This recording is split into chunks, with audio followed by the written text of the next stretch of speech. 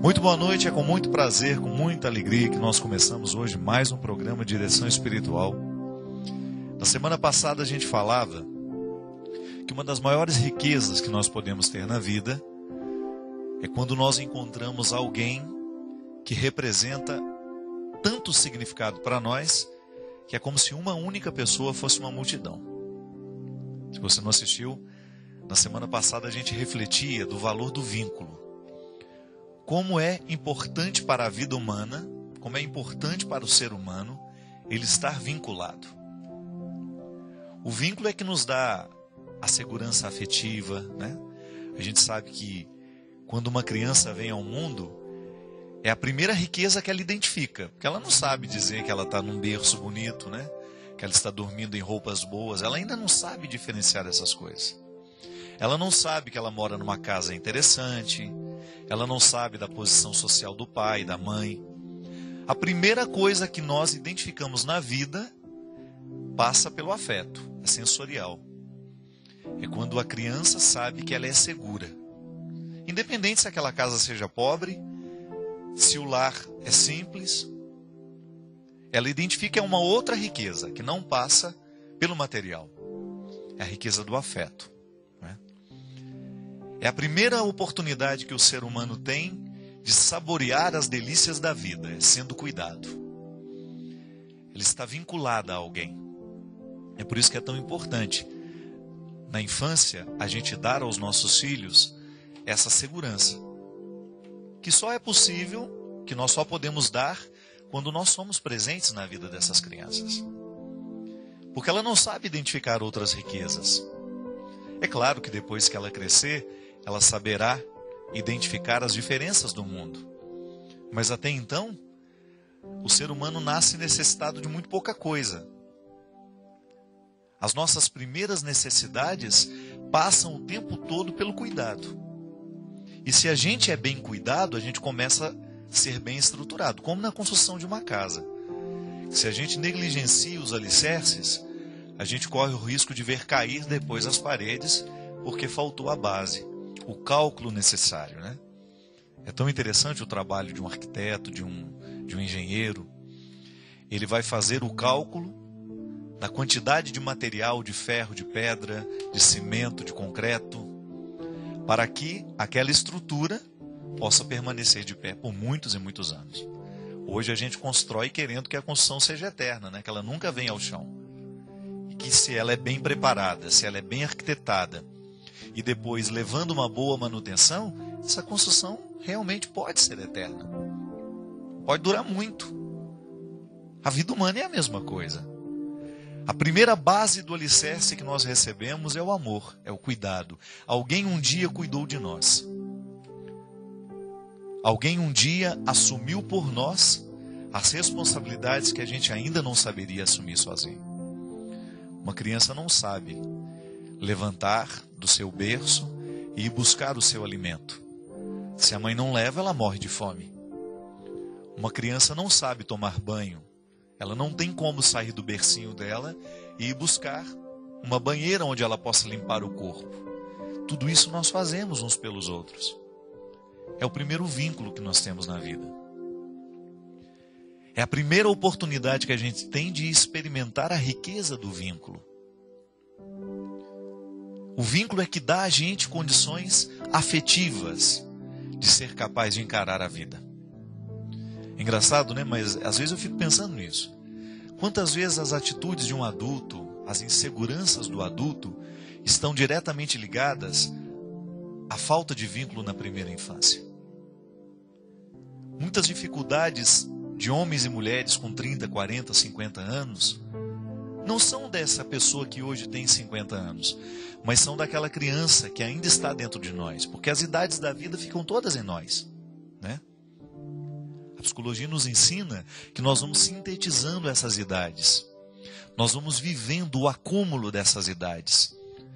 Então eu, hoje, o Padre Fábio, que tem 41 anos hoje, que tem de alguma maneira uma vida estabelecida, me considero bastante consciente de tudo aquilo que eu sou, de tudo aquilo que eu preciso ser, de quais são as posturas que eu preciso tomar para fazer o meu projeto dar certo.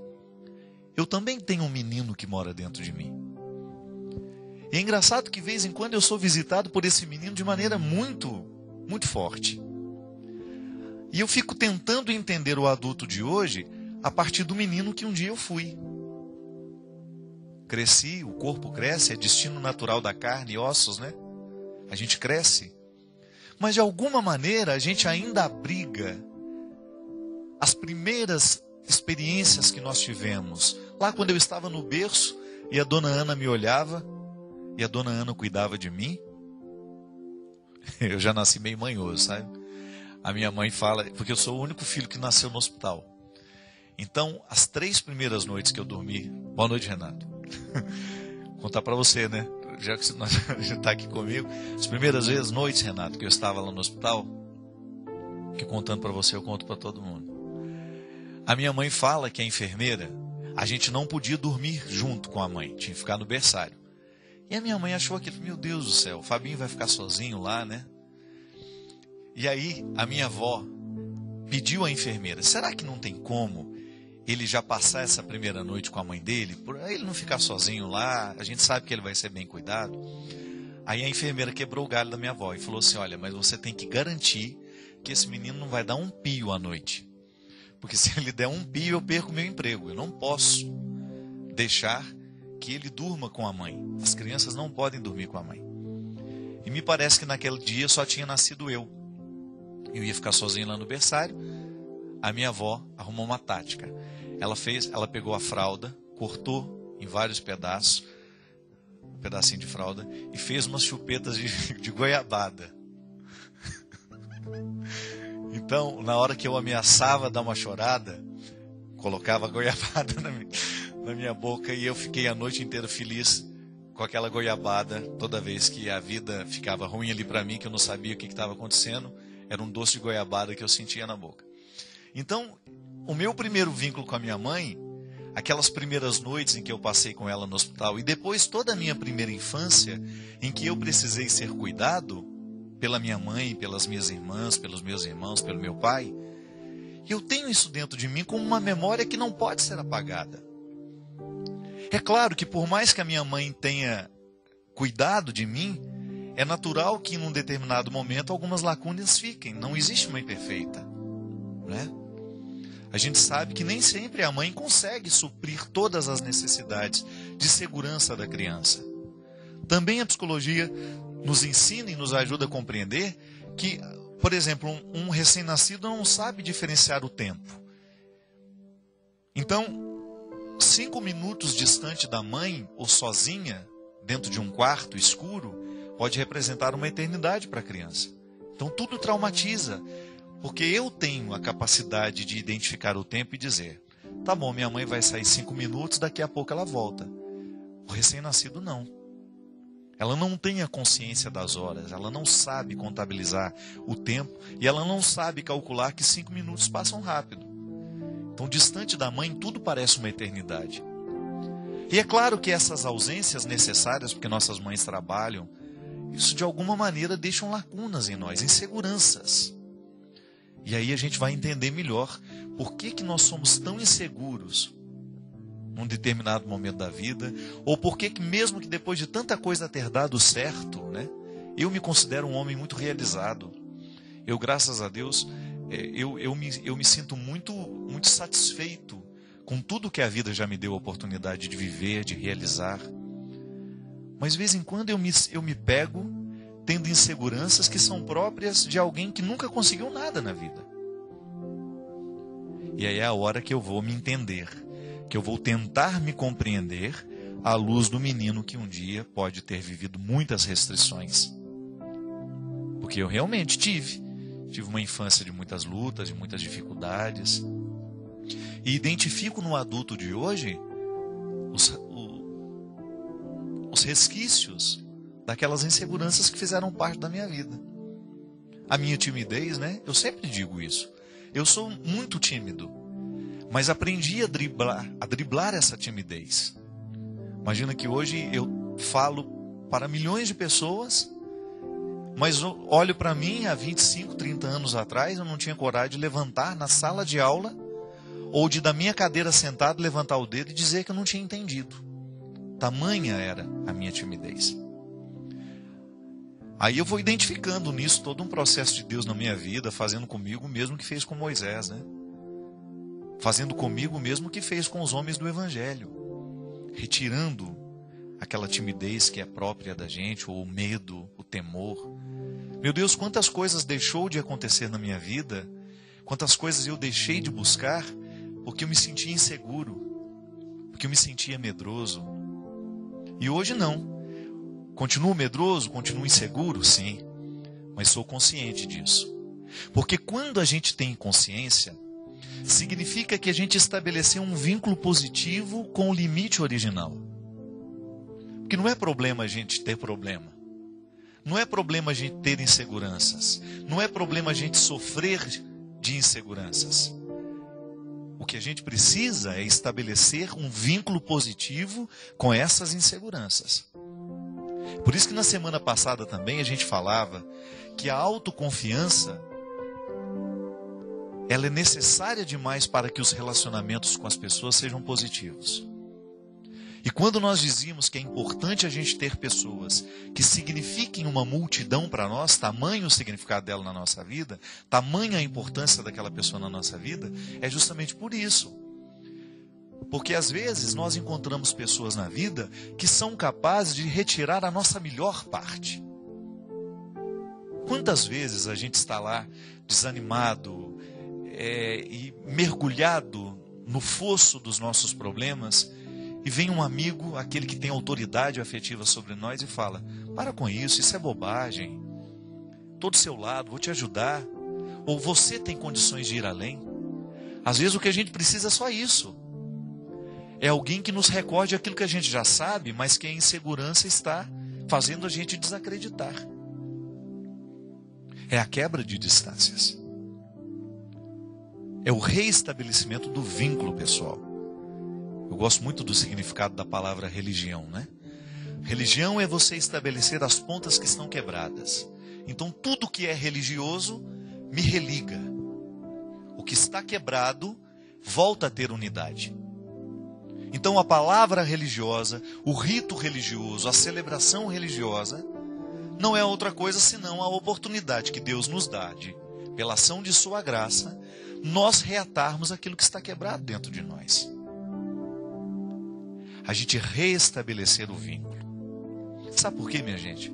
Porque senão a gente vai entrando num processo de falência, não é?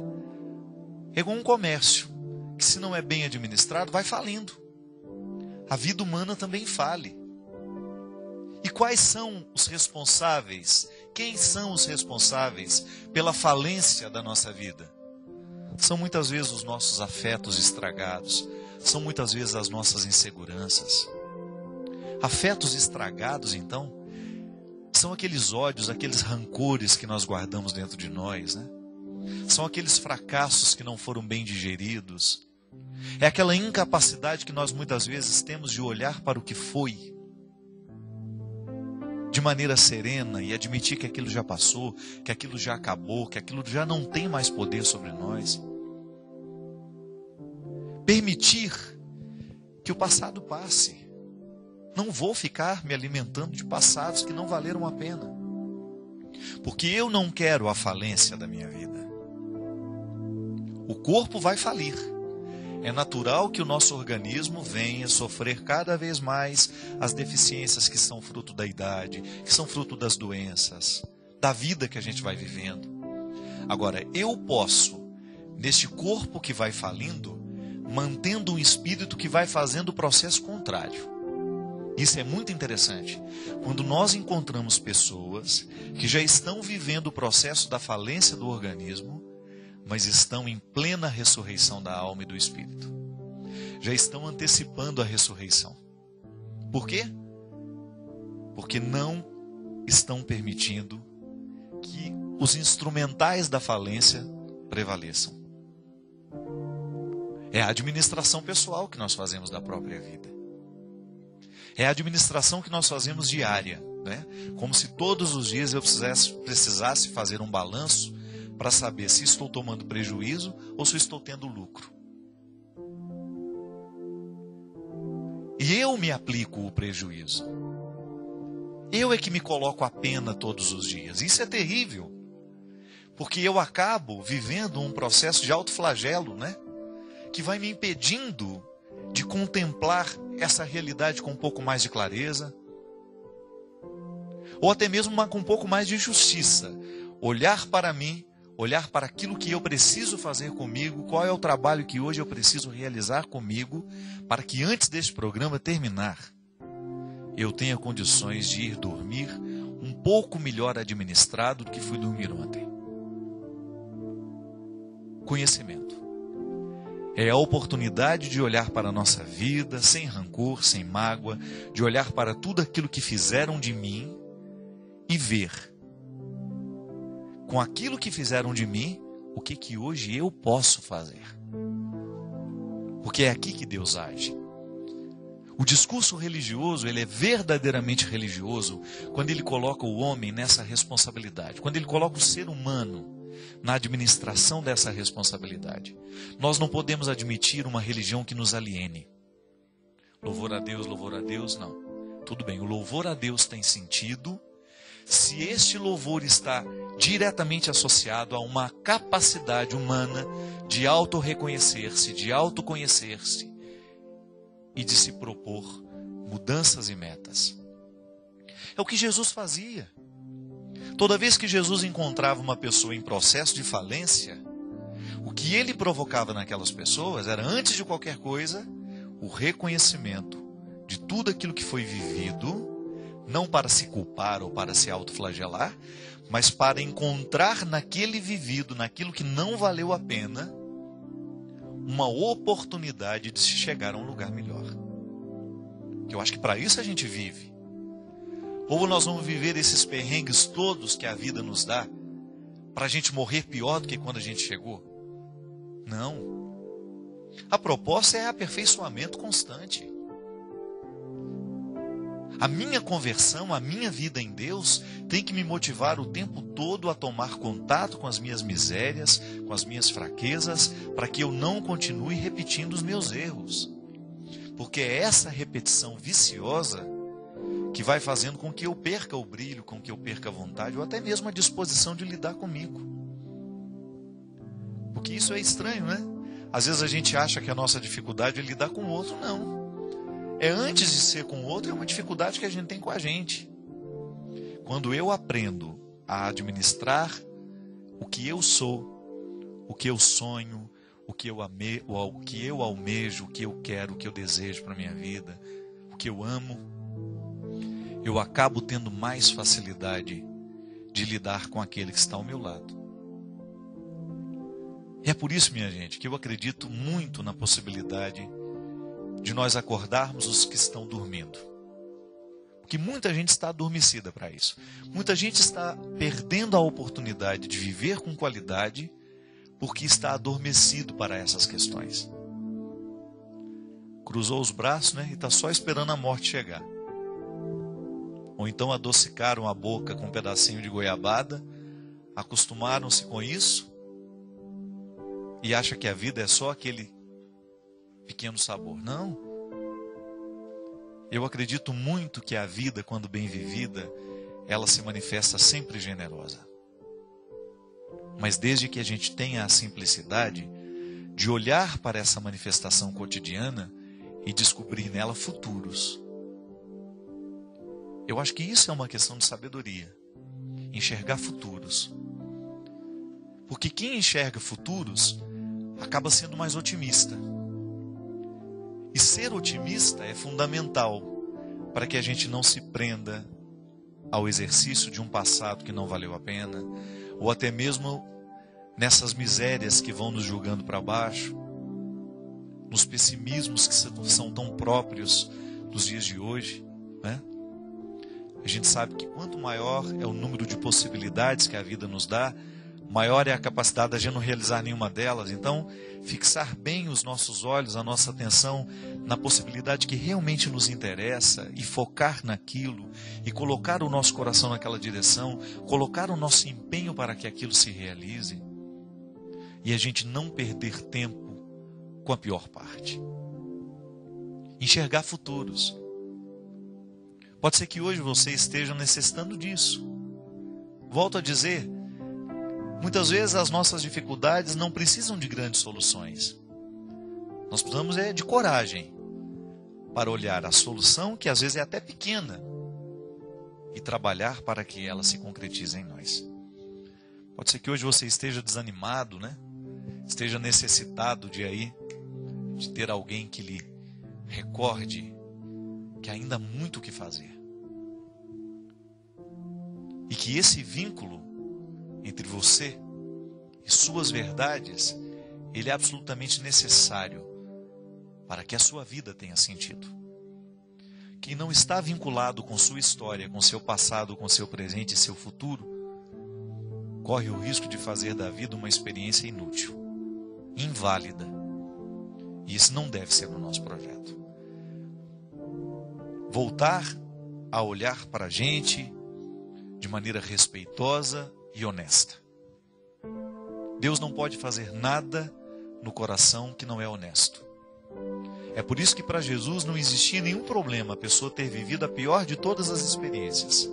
É por isso que ele se dava bem com prostitutas, com ladrões, com miseráveis, desde que eles fossem honestos. Deus vai trabalhar sempre no coração que estiver disposto. Isso é religioso. Até o ateu está gostando dessa proposta, eu tenho certeza. Já encontrei muitos ateus honestos que, mesmo sem crerem em Deus, querem ser um ser humano melhor. Isso é fantástico. Quando você descobre que o verdadeiro humano, ele já é naturalmente religioso, porque ele quer conexão, ele quer superação.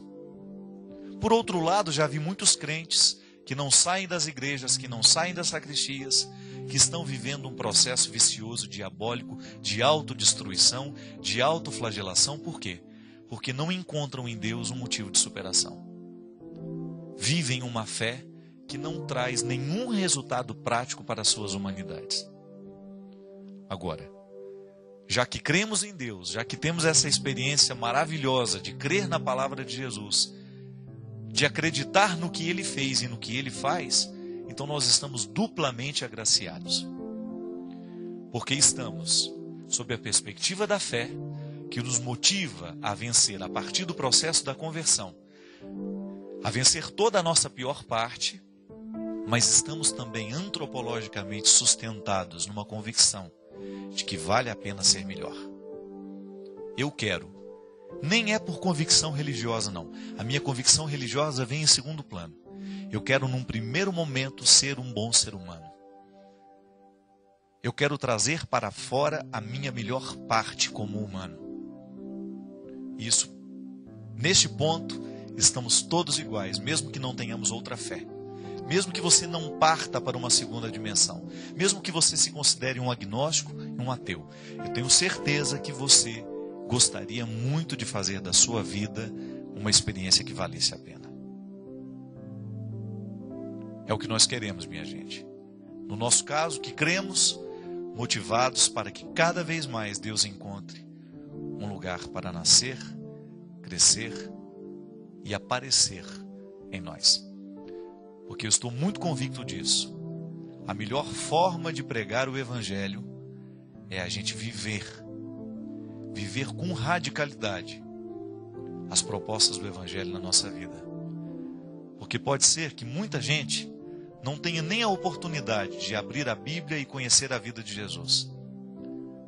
Mas ela vai prestar atenção em você.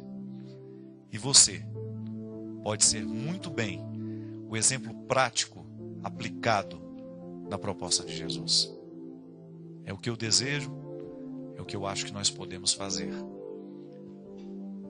Nós vamos para um rápido intervalo, daqui a pouquinho a gente volta. Lembrando que você pode ligar para nós, 0 operadora 12 31 86 26 00.